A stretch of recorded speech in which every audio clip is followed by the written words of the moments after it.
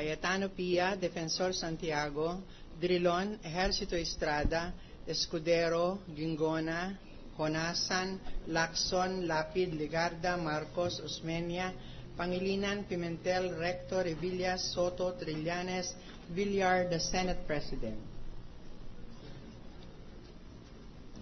With 19 senator judges present, the presiding officer declares the presence of a quorum.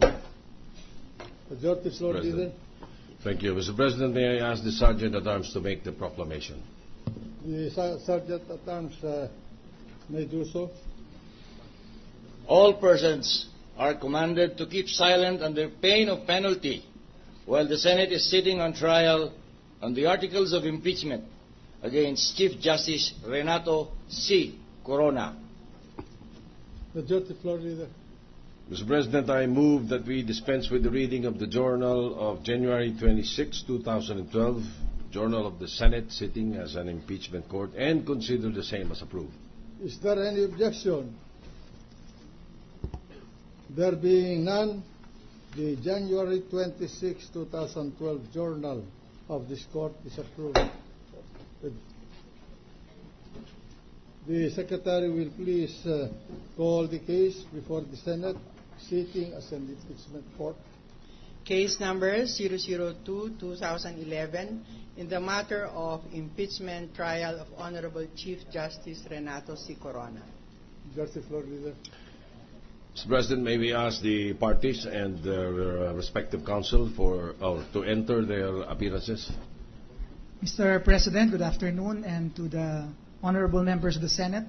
For the House of Representatives prosecution panel, same appearances, Your Honors. Noted for the prosecution, the defense panel. Mr. President, and the honorable members of this impeachment court, for the defense, the same appearance, Your Honor. Noted for the defense. Majority Floor Leader. Mr. President, on January 25, 2012, the impeachment court, through the presiding officer, issued its ruling on Article 2 of the verified complaint for impeachment. Counsel for Chief Justice Renato C. Corona, however, moved in open court for a written resolution, which was granted by the presiding officer. The impeachment court shall now promulgate its resolution on Article 2 of the verified complaint for impeachment. Before we proceed, may I know the pleasure of the gentleman, Senator Trillanes. Thank you, Mr. President. I'm here to state for the record my positions regarding several issues raised in this impeachment court the past few weeks.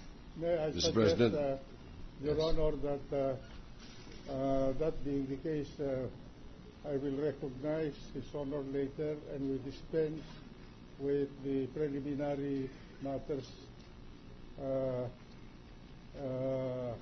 first, with your indulgence. Yes, Mr. President, but I think my positions will just be stated for the record, Mr. President. It will only take a couple of minutes. Proceed.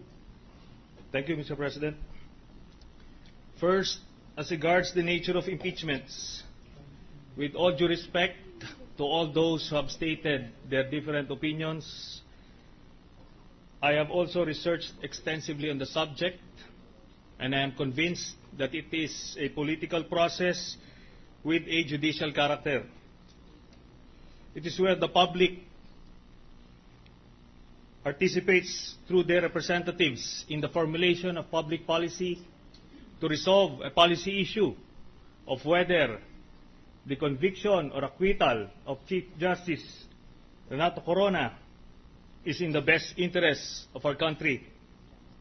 I agree that it is in a class of its own, but in my own personal experience, it is akin to one of the most sacred traditions of the Philippine Military Academy, which is the Honor Committee trial.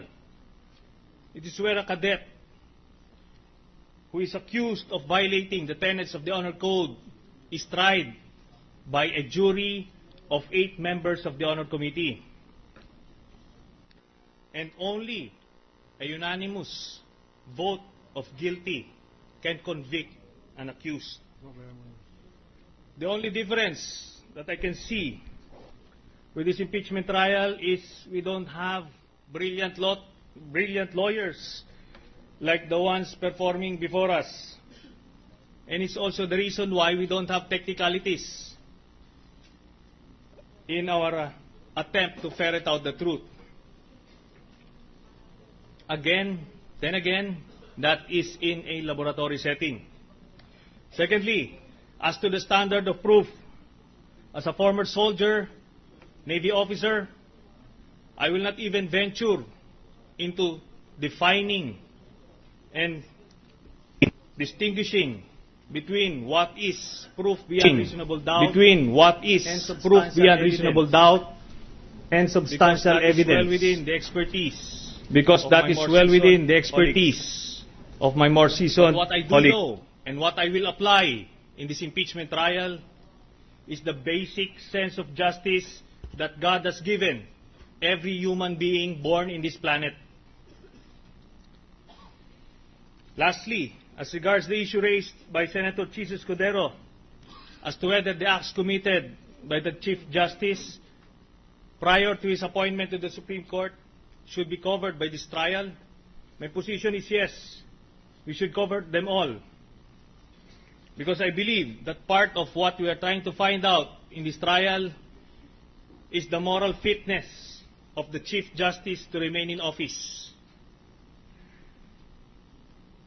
Being a justice of the Supreme Court is different from elected officials in the sense that elected officials are subjected to periodic elections to renew their mandate.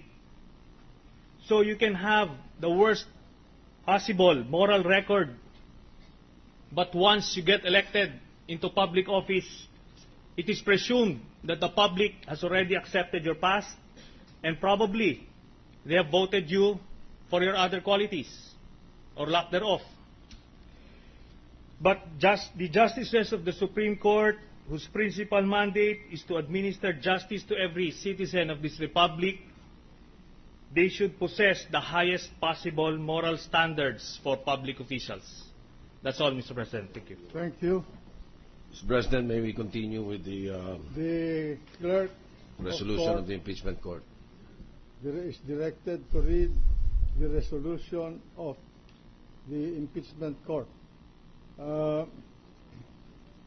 With respect to the issue of Article 2, first and later on, with respect to the subpoena issued to the parties that were subpoenaed. Resolution. This resolves the issue of whether or not the prosecution may present evidence to prove the allegations in paragraphs 2.3 and 2.4 under Article 2 of the impeachment complaint. The resolution of this issue becomes imperative in view of the defense's consistent objections to the prosecution's presentation of evidence exposing the properties of Respondent Chief Justice Renato C. Corona, Mr. President, his wife.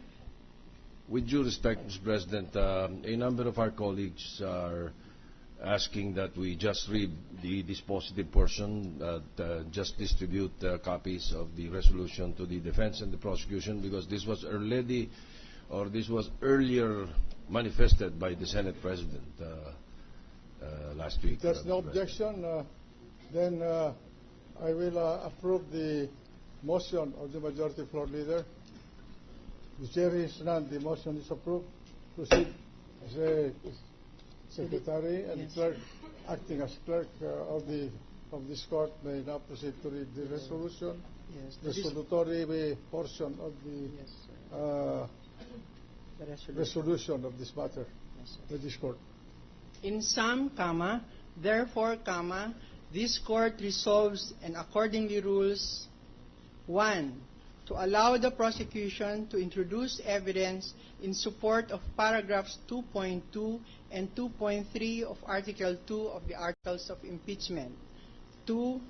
To disallow the introduction of evidence in support of paragraph 2.4 of the Articles of Impeachment, with respect to which this court shall be guided by and shall rely upon the legal presumptions on the nature of any property or asset which may be proven to belong to the Respondent Chief Justice as provided under Section 8 of Republic Act No. 1319 and Section 2 of Republic Act No. 1379, so ordered January 27, 2012, signed Juan Ponce Enrile, Presiding Officer.